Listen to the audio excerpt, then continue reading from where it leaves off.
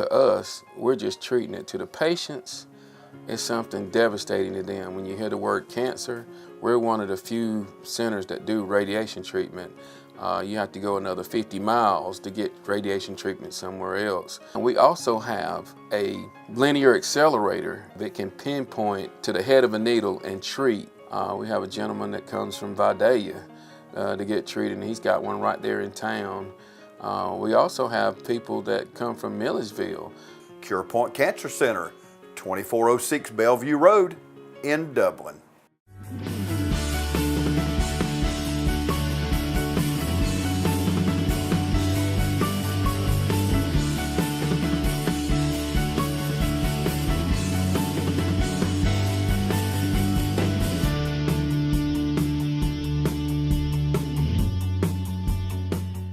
Hey, welcome to the show, Dr. Fred Williams and Dr. Dan Brigman. Thank you so much for joining me today. I don't even know where to start almost. We had a really good meeting that we sat in together earlier this week as related to workforce. And workforce and education is a top priority for us at the Chamber this year. So I wanted you two gentlemen to come on together and talk about some of the partnerships and different things that we're doing together here in our school systems. But if we can take just a minute, Dr. Brigman, I've not had you on the show. Dr. Williams and I have done a few shows together, but take just a minute for our viewers in case there may be somebody who's not run into you at Kroger or wherever else in town yet and officially had an opportunity to meet you and just share a little bit about yourself. Sure, Heath. Thank you for this opportunity to come on the show. This is my maiden voyage with you, and I appreciate the opportunity, and I couldn't pick a better colleague to be here with today, and I appreciate Dr. Fred Williams and the partnerships that I've already came to greatly respect that exist here in Lawrence County and between Lawrence County schools and Dublin City schools. I'm new to Lawrence County. I arrived the first week of November. My family and I have really enjoyed the transition, and one thing that we quickly discovered is the enormous capacity that Lawrence County has, including Dublin City, in terms of career development and the ability to draw corporations to this area just on the existing programs we have, not what is planned for the future, but what we have right now to offer our kids is very unique. It's like very few other counties in the state of Georgia and across the nation, because we have a multitude of choices for our stakeholders, from pre-kindergarten all the way through to post-high school experiences. So I'm excited about the collaboration that's going on in the county between the city and the county, the shared programs that we're continuing to emphasize and expand, and it's a good time to be in Lawrence County, and I'm blessed to be a part of it. Absolutely, and we're glad to have you here. So is this home? This is home this now? Is home. It doesn't take Absolutely. long. When you come here, Dublin becomes home now. Like Dr. Williams here, he was beating up people on the football field many years ago here, so I know this is home for him. But thank you for joining us today. Dr. Williams, you and I spent a little bit of time before we came on camera today talking about workforce in different areas. But Dr. Brigman mentioned something that I think is most important that we talk about today. And I was joking with you with the C word, and because there's different words that start with a C that are used around Dublin and Lawrence County. But we're going to talk about cooperation, collaboration, and communication today. And you two gentlemen are certainly doing a lot of that. And so we need to talk about some of those things today. The meeting we had earlier this week was more related to the construction field, but it pertained to both of the school systems and some of the work that you gentlemen are doing through your CTAE programs as well as other programs. Can we talk a little bit about some of those types of partnerships and things that you guys are doing? Yes, we're very excited about what is going on in terms of partnership. I want to start with the Heart of Georgia College and Career Academy. We have an awesome and fabulous partnership with the Lawrence County school system. Also higher ed, such as Oconee Fall Line, Middle Georgia College State University, and GMC.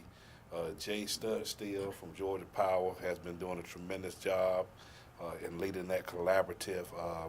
We have leadership meetings that involve the East Lawrence High School principal, Dr. Hall, Mr. Gonto, West Lawrence High School, and Dr. Tony Jordan from Dublin High School.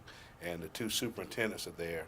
And along with our co-CEOs, Mr. Eric Canada is there, and also Mr. Passmore.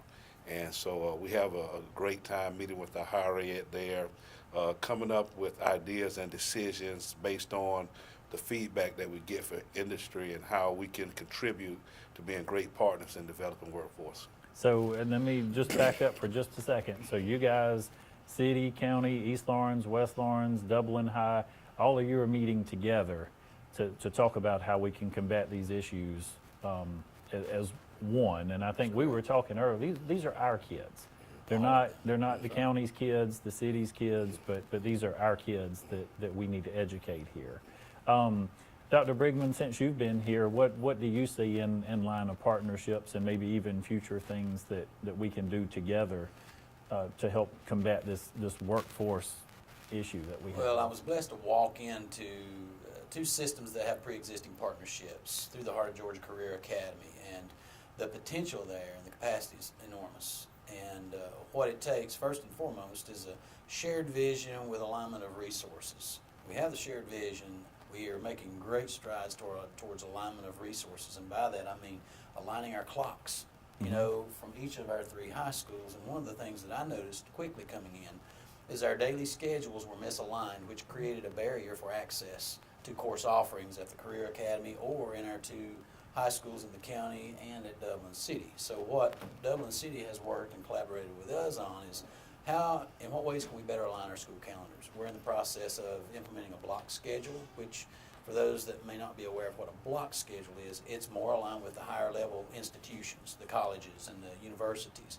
It is basically compacting a year academics in one semester, giving more in-depth instructional time to fewer courses for kids. Instead of having year-long courses, it breaks that year up into 2 segments, first semester and second semester.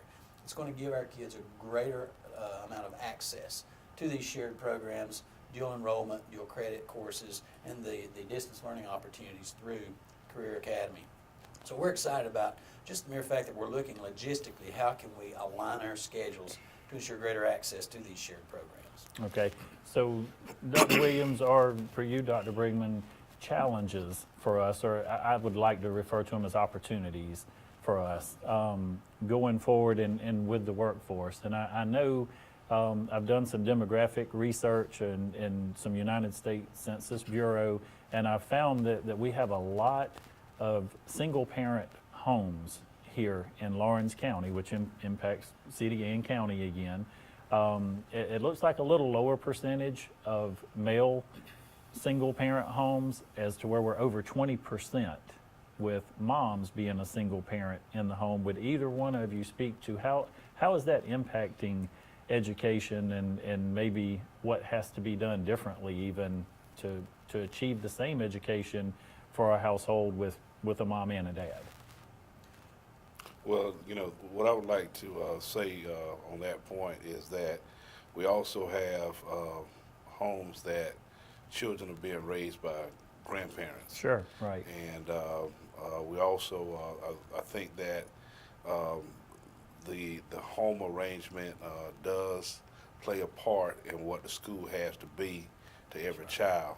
I'd never like to really consider home father less. It might be mother more and school more, and vice versa.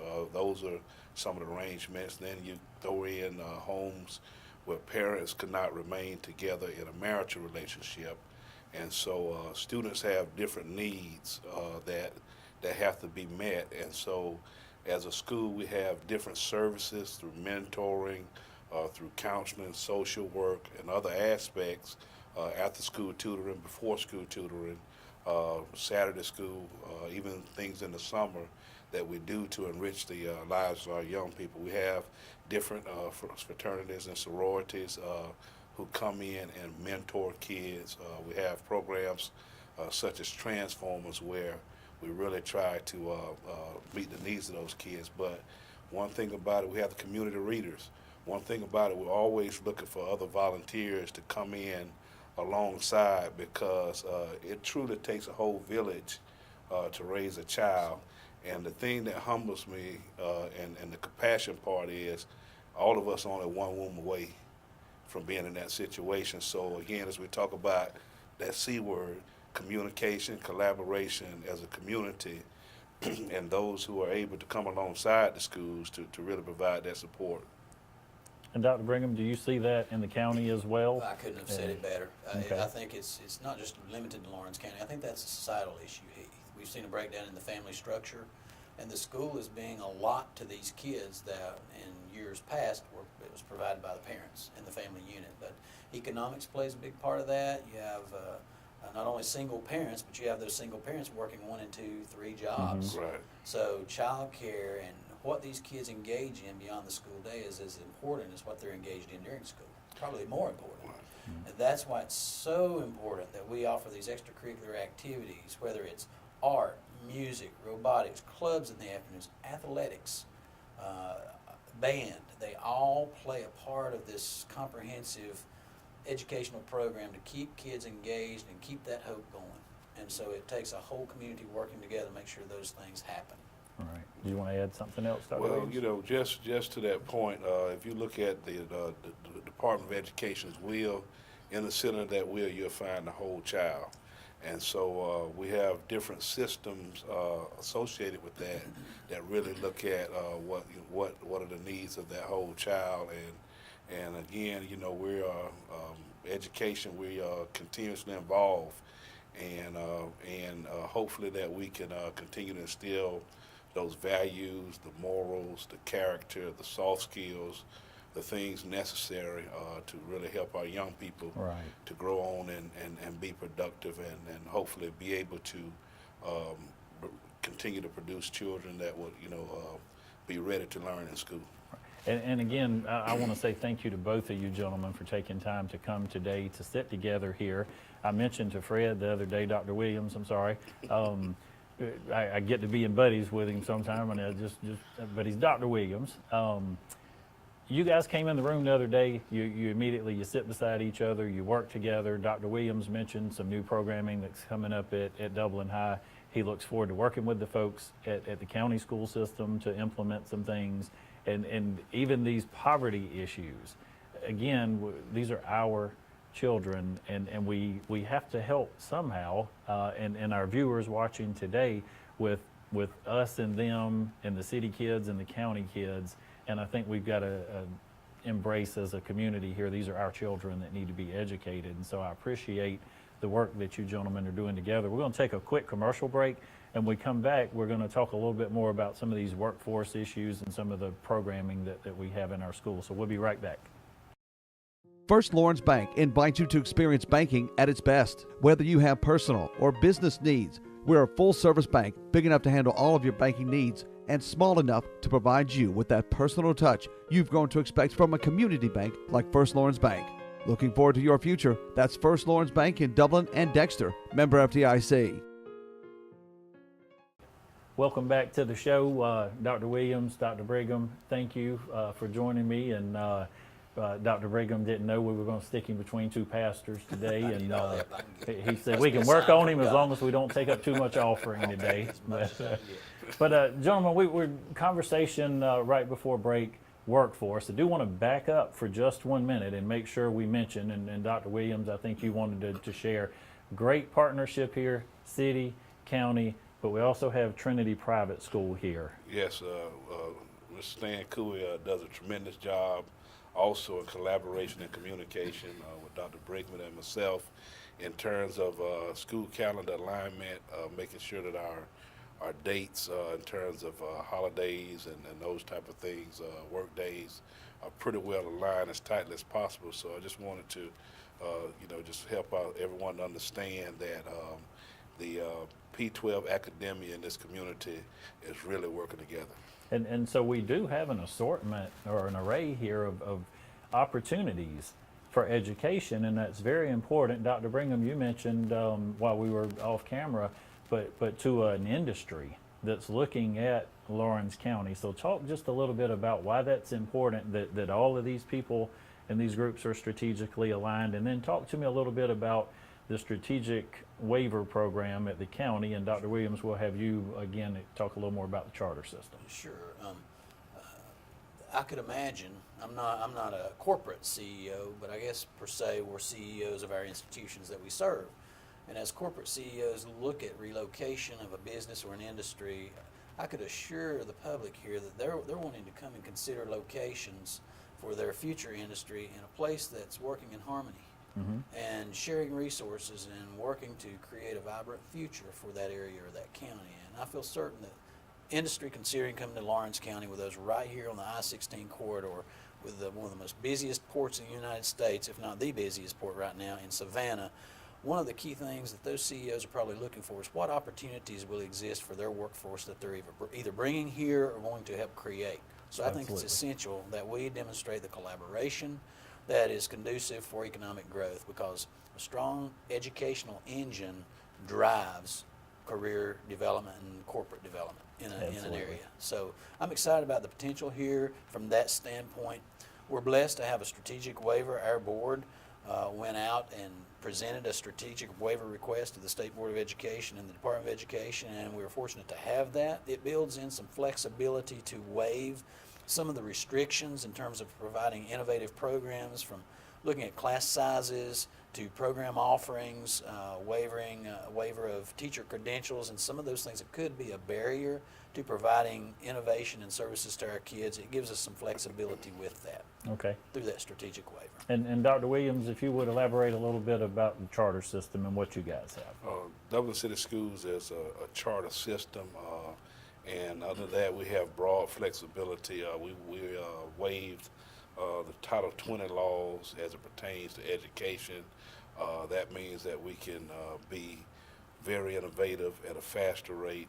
We also can do some things unique to industry and being able to take their curriculum, their credentialing, make it a part of P12 as deep as they want to go with it to produce the type of worker that they want to receive. And we have recently been SACS accredited again for another 5 years, charter renewal for another 5 years. And with that, again, part of the charter system is having or being involved in the Career Academy. Thus, we have the Heart of Georgia Career Academy, where we partner with Lawrence County. That particular entity falls up under the charter umbrella there, so very broad flexibility. We can hire for specific areas people who might be working in the industry. For example, a welder, deem that person as highly qualified based on their work experience, those type of things, to be able to teach our kids that particular skill set that they need to be able to go in that particular line of work. And so we're as Dr. Brigman and I talked about, he calls it a buffet, I call it a menu of options. If you look at Lawrence County, we have a private school system, a charter school system, a strategic waiver that is working together in P12 education. You have all of those options on the buffet of the menu. And then you have Oconee Fall Line, a technical college. You have a 4-year institution, Middle Georgia College State University. And also you can get your associate's degree from GMC, another 2-year college. And so if you look at what we have, and that's part of what we mean by being very attractive to industry, we have a menu of options for people to choose from. Lots of offerings. And I like the other example you gave about putting them into the chamber industry. That was better than the welding. But we need welders, we need construction folks, we need pipe fitters. And I asked a question earlier, and I've asked this of some folks before, and I want to ask it to you two gentlemen as superintendents of our schools. But I think society today has done whether you say good or bad job, but we've kind of labeled folks that don't go to college as a failure. The successful kids are the ones that go off to college, and a factory worker is kind of frowned upon. And I noticed both of you gentlemen made a little face about that, and I would too. I got a story I shared with Dr. Williams about a friend of mine that works in a factory that I took a group of students on a tour, and a lady in the tour with us pointed out to one of the kids, that's why your mother wants you to go to college. She don't want you to end up like that man. And I happen to know the person. It was a personal friend. He makes about $90,000 a year. He's got good vacation, good benefits, but he worked in a factory. But so going back to that perception of, well, if you don't go to college, you're not successful. Speak to that, and what can we do maybe to change that perception even, because we know it's not true. We got great paying jobs that require great skill sets right here. I would pose the question, what's the definition of success? Okay. You know, so how do you define success? Success is defined by the happiness you have with the occupation you're given. As long as you're happy, you enjoy what you do, you never have to work a day in your life. And that's what I tell all of our graduates. And I'll agree, you do not have to have a 4-year degree to be successful or to land a job. There's a lot of unemployed people out there who have a 4-year degree or a master's. Absolutely. It's just in the wrong area. So that's the importance of these apprenticeships and internships and job shadowing for our kids to do early on, to make certain that they look at every option available to them post-high school graduation. It could save parents a lot of money, and you do not have to have a 4-year degree to make a high wage. If you don't believe me, hire an electrician or go try to find a plumber or a brick mason. Right. They do very well, and that's why I say find what you're good at, get that craft, get a certificate to back you up with that craft, and you're going to make a great wage.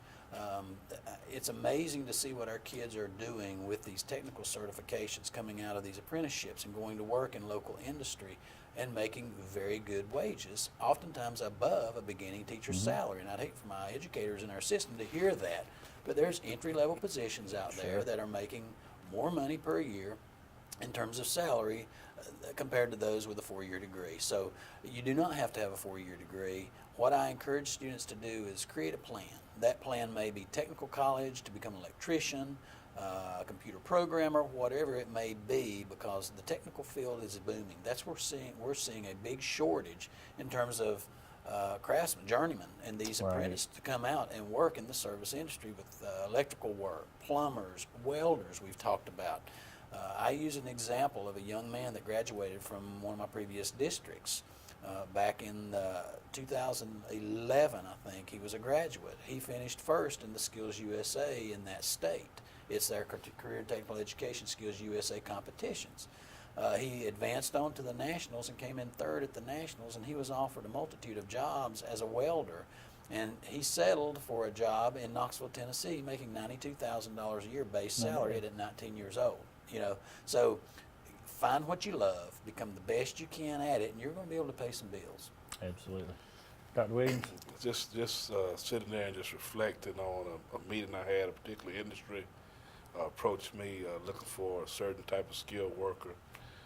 Talked to the high school principal. He gathered the pool of applicants that fit that particular bill at the high school. They were interviewed at the high school. One young man that stands out is a kid who came up to me very excited because at HVAC, he was graduating this year from Oconee Fall Line and already completed all his coursework, just waiting on graduation date, and the high school graduation was the next week. Wow. And so this kid already has his credentials to go into the workforce. And as I told him, I said, you know what people are going to ask you when you finish doing a job? How much do I owe you? In other words, you get to write your own ticket. Right. That's right. And so just to see the smile on his face and the excitement of how students are in high school completing 2 years of college work prior to graduation with Free. Move On When Ready free. Free of charge. So we've impacted parents economically. I'm very appreciative of that program.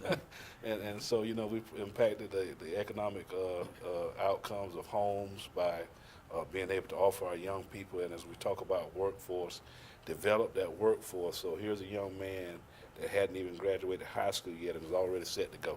Right. And so looking at, I think it was like 85% of our high school graduates already had college, career, military ready to go prior to graduating high school. So we're excited about that. Fantastic. Gentlemen, we're going to take one more quick commercial break and we'll come back and wrap things up. Experience the perfect blend of style and comfort at Hunters Point Luxury Apartment Units. These 3-bedroom, 2-bath duplexes are beautifully designed with a look of hardwood flooring, modern fixtures, and plenty of natural light. The kitchen is outfitted with stainless steel appliances, beautiful countertops, and cabinetry. And these brand new 3-bedroom, 2-bath duplexes are complete with garage. These duplexes are move-in ready. Hunters Point Luxury Apartment Units. Call Kay Grace and Company now at 353-1123 and visit Hunters Point Luxury Apartment Units, conveniently located on Claxton Dairy beside Springdale Park. Welcome back to the show again, gentlemen. Thank you both so much for your time today. Thank you for what you're doing in our education system with our students today. And I'm really excited about the work. Again, sitting in the meeting with both you gentlemen the other day, and seeing the progress and the collaborations that are taking place. One of the things I think would be important for us to ask maybe is for our industries, for our different businesses that are out there watching the show, from an education standpoint, what do you gentlemen need from these folks viewing the show? What can they do to help you help them? You want to start, Dr. Williams? I would just love for industry to be able to meet at the table. If we could set up arrangements either through our Career Academy or through Dr. Brigman and myself, where we could sit down and find out what exactly are those workforce needs. Even if it's a mom and pop industry, we have the ability to form apprenticeships and provide apprenticeships even for some of our mom and pop businesses in town. And so just open line of communication. Also how we can serve. We have a lot of different groups, Beta Club, Air Force ROTC, athletics, other entities that could be a service to particular businesses and those type of things. But keep an open line of communication, helping us to be aware of the needs and the future needs, so that we can sit down at the table and develop the program to meet the specific needs that exist. Dr. Brigham? He answered that very well. I'll add to that to basically say we need help identifying those mutually beneficial goals between local businesses and our educational system. We're equipped to adjust our instructional programs to host what business needs. Oftentimes I hear when I go out in the business community, especially through my advisory council, students are coming to us lacking soft skills. I think that's not just a student issue, that's a societal issue. Mm-hmm. You know, show up for work together in teams, have the basic skill set to come in and function in the workplace.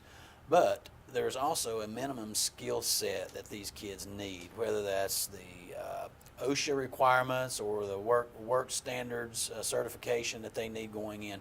We need to know what we need to do from local businesses, even if it's a mom and pop size, like Dr. Williams says. No matter what the size, our kids are ready to go to work. They're ready to be a part of local businesses and stay home and provide for their families. So our door's open for this collaboration. We do have, through our CTAE programs, business councils, business advisory councils. So we encourage ongoing participation in those councils. We try not to just speak to businesses, but have two-way communications to collect feedback and also provide timely updates to our local business leaders. But we're positioned in a better situation now. I alluded to the schedules aligned. We have more opportunity now built into the school year to provide these apprenticeships and internships for work-based learning opportunities for our kids. So the door's open, and I'm available to talk with any business leader. If not, if I'm unavailable, Mr. Tim Passmore, CTAE Director, and I know Dublin City has some folks available to support CTAE and their partnerships. So we're here, we're ready, we're willing to do what's necessary to make sure that all of our students are prepared for the workforce. Well, and I would say again, thank you to both of you gentlemen. You've certainly been accessible. Anytime we've needed to talk with you or gather information from a business perspective. And I do want to encourage you, our viewer, to share with these gentlemen, and please not necessarily just what your opinion might be of what is not being done properly or could be done differently, but how can we help? These gentlemen want to help you. They want to help your children, our children, to go into the workforce, to be upstanding citizens and be the best they can to make sure we provide a vibrant community here for many, many years to come. So again, I want to say thank you to both of you gentlemen, and always like to close the show by allowing both of you a minute or so just to look into that camera and share anything you would like to share with the citizens of Lawrence County and the city of Dublin about education from your perspective. And since this is your first time on the show, Dr. Brigham, we're going to start with you. We're excited to wrap up an amazing school year here in Lawrence County Schools. We've made significant gains academically. We're in the busy season. Although there's a perception out there that summers are closed, everybody goes home. That's a myth. Our work really begins early spring, so we're in the process of finding highly qualified personnel. We're in the process of finalizing budgets and making sure that we're prepared for day one when they come back, because ready or not, or whether we're ready or not, 6,500 kids are going to walk through our doors first week of August, and we better be ready. So I salute our communities, our parents, and all of our stakeholders for the tremendous support that's already been demonstrated through the success of this academic year. We're very excited and looking forward to a very successful 2018-19 coming up. Absolutely. Dr. Williams?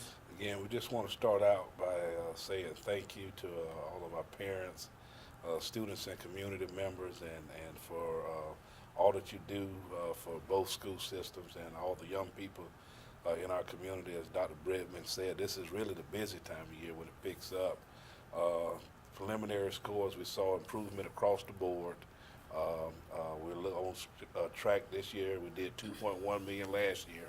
We're on track this year to put over $1 million again toward our financial situation in Dublin City Schools. So our athletic teams have done well. So accounts, academics, and athletics, we've seen tremendous improvement during this school year.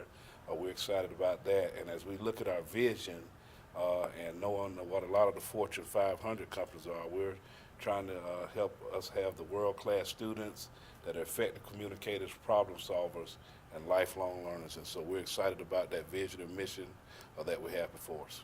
Gentlemen, again, thank you so much for your time today. Thank you for joining us. And as always, we'd like to close our show by reminding you it's a great day for business in Dublin and Lawrence County.